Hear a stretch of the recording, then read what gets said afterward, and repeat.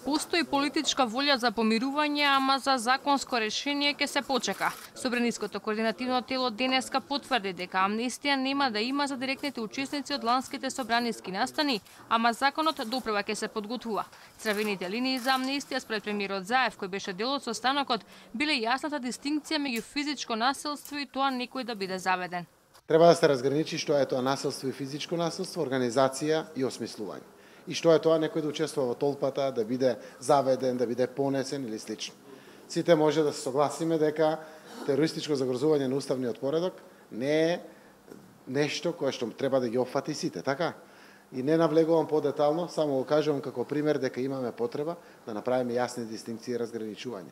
Секако, пораката на помирување, на подавање на рака и слично мора да постои, но и пораката на неповторување на вакви работи исто така мора да постои. До вторник, трите подгрупи кои произлегуваат од телото за помирување треба да почнат консултации со стручни лица во делот на реформите, интеграцијата и помирувањето. Процесите биле условени, па неопходно е динамиката да биде забрзана, велат партениците од собраниското тело.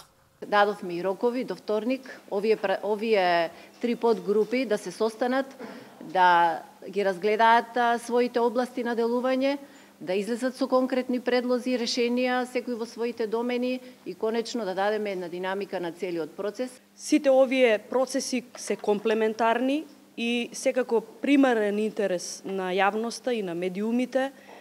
Сите заинтересирани за овој процес и работата на групата е фокусирана закон за амнестија.